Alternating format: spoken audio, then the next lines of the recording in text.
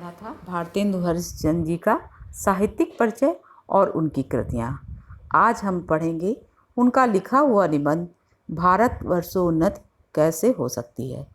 बच्चों, इस निबंध में लेखक ने कुरीतियों और अंधविश्वासों को त्याग कर अच्छी शिक्षा प्राप्त करने की प्रेरणा दी है और यह बताया है कि हम जो है छोटी छोटी अपनी आवश्यकताओं के लिए विदेशों पर निर्भर ना रहें और अपने ही देश में अपने उद्योगों को विकसित करें और आत्मनिर्भर बनकर अपने भविष्य का निर्माण करें। तो बच्चे, आज हम पढ़ेंगे भारत वर्षोन्नति कैसे हो सकती है का पहला भाग।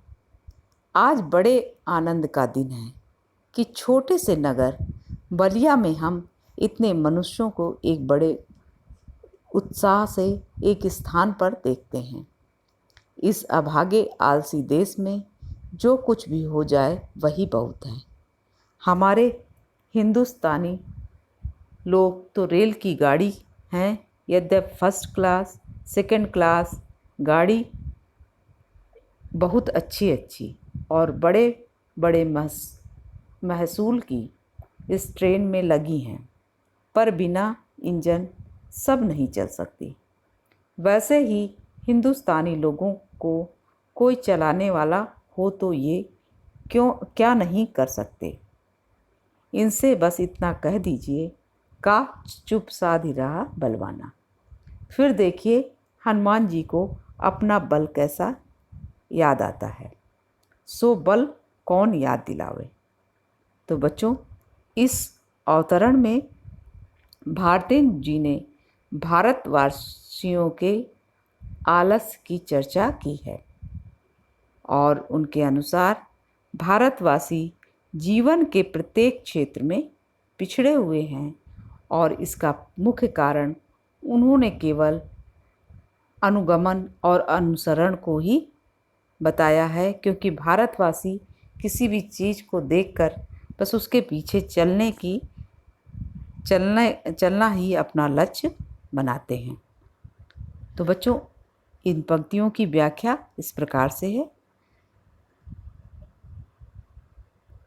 इस अभागे आलसी देश में जो कुछ भी हो जाए वह बहुत है। भारतेंदु जी यहाँ पर कह रहे हैं कि यह भारत का महान दुर्भाग्य है कि यहाँ के भारतवासी अत्यंत आलसी हैं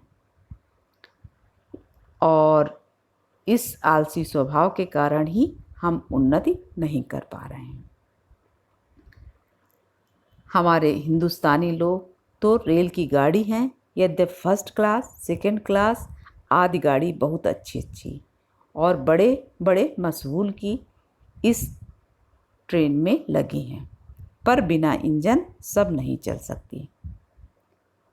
तो बच्चों, इस प्रसंग में लेखक ने बताया है कि आलसी स्वभाव के कारण ही भारतीय उन्नति नहीं कर पा रहे हैं और यही हमारे पिछड़ेपन का कारण है।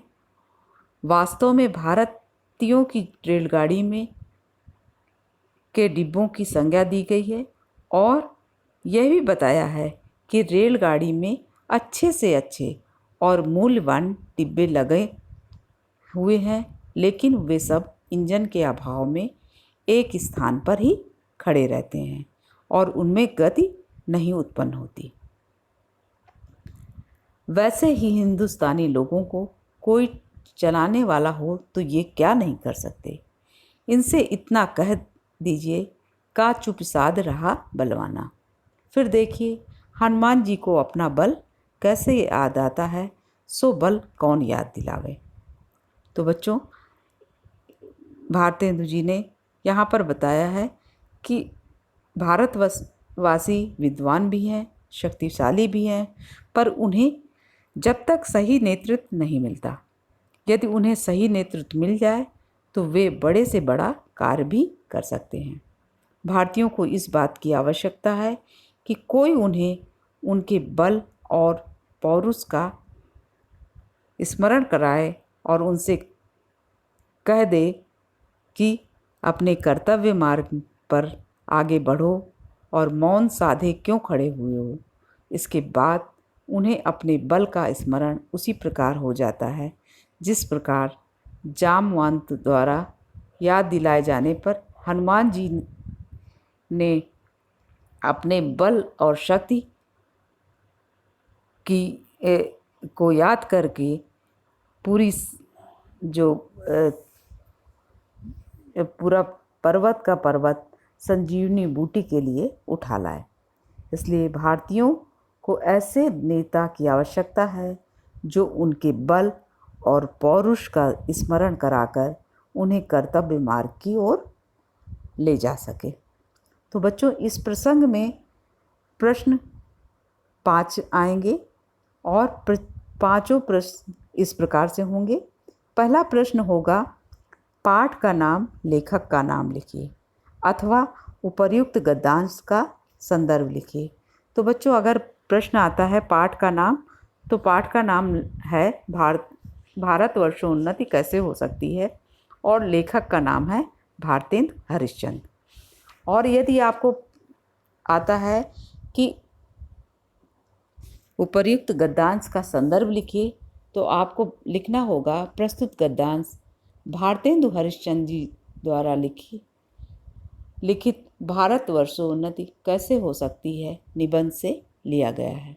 और यह निबंध हमारी हिंदी की पाठ्यपुस्तक के गद्य भाग में संकलित है। बच्चों, अगला प्रश्न इसमें बनेगा, रेखांकित अंश की व्याख्या कीजिए।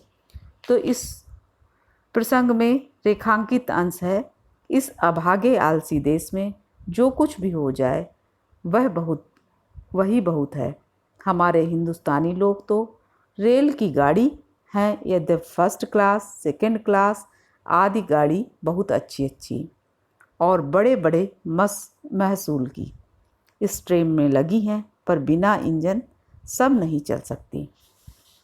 तो बच्चों, इस प्रसंग की व्याख्या इस प्रकार से है कि भारतेंदु जी कह रहे हैं कि यह भारत देश का महान दुर्भाग्य है कि यहाँ के निवासी अत्यंत आलसी हैं और इसी आलसी स्वभाव के कारण ही हम उन्नति नहीं कर पा रहे हैं, और यही हमारे पिछड़ेपन का सबसे बड़ा कारण है। वास्तव में भारतीयों को रेलगाड़ी के डिब्बों की संज्ञा दी जा सकती है। जिस प्रकार रेलगाड़ी में अच्छे से अच्छे और मूल्यवान डिब्बे लगे रहने पर भी वे इंजन के अभाव में एक स्थान पर ही खड़े रहते हैं और उनमें गति उत्पन्न नहीं होती, उसी तरह से भारतीयों की भी स्थिति है। अब बच्चों, अगला प्रश्न होगा, अभागा और आलसी देश किसे कहा गया है।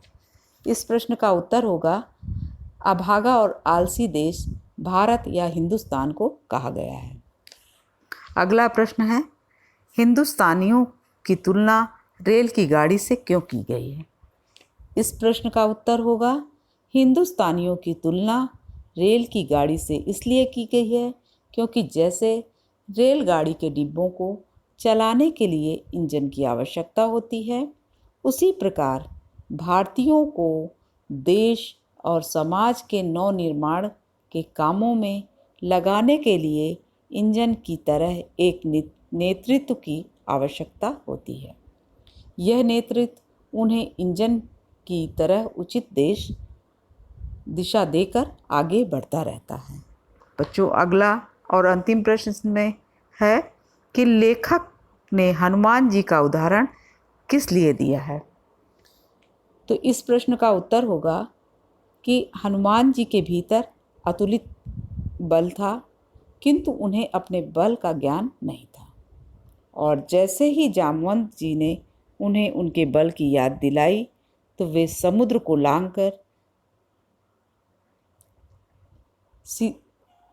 सीता जी को बचाने लंका पहुंच गए, और वैसे ही भारती भी हैं। इसमें हनुमान जी की तरह कार्य करने की अपरिमित क्षमता है, किंतु उन्हें जब तक जामवंत की तरह कोई कार्य करने के लिए प्रेरित नहीं करता, वे हाथ पर हाथ धरे बैठे रहते हैं। भारतीयों को इसी प्रवृत्ति को स्पष्ट करने के लिए लेखक ने हनुमान जी का उदाहरण दिया है। तो बच्चों, ये गद्यांश समाप्त होता है। इसकी व्याख्या और उससे संबंधित प्रश्न, इनकी व्याख्या भी और उनसे संबंधित प्रश्नों के उत्तर आप अपनी कॉपी में लिख लीजिएगा और जब भी विद्यालय खुलेगा तो आप लेकर आइएगा।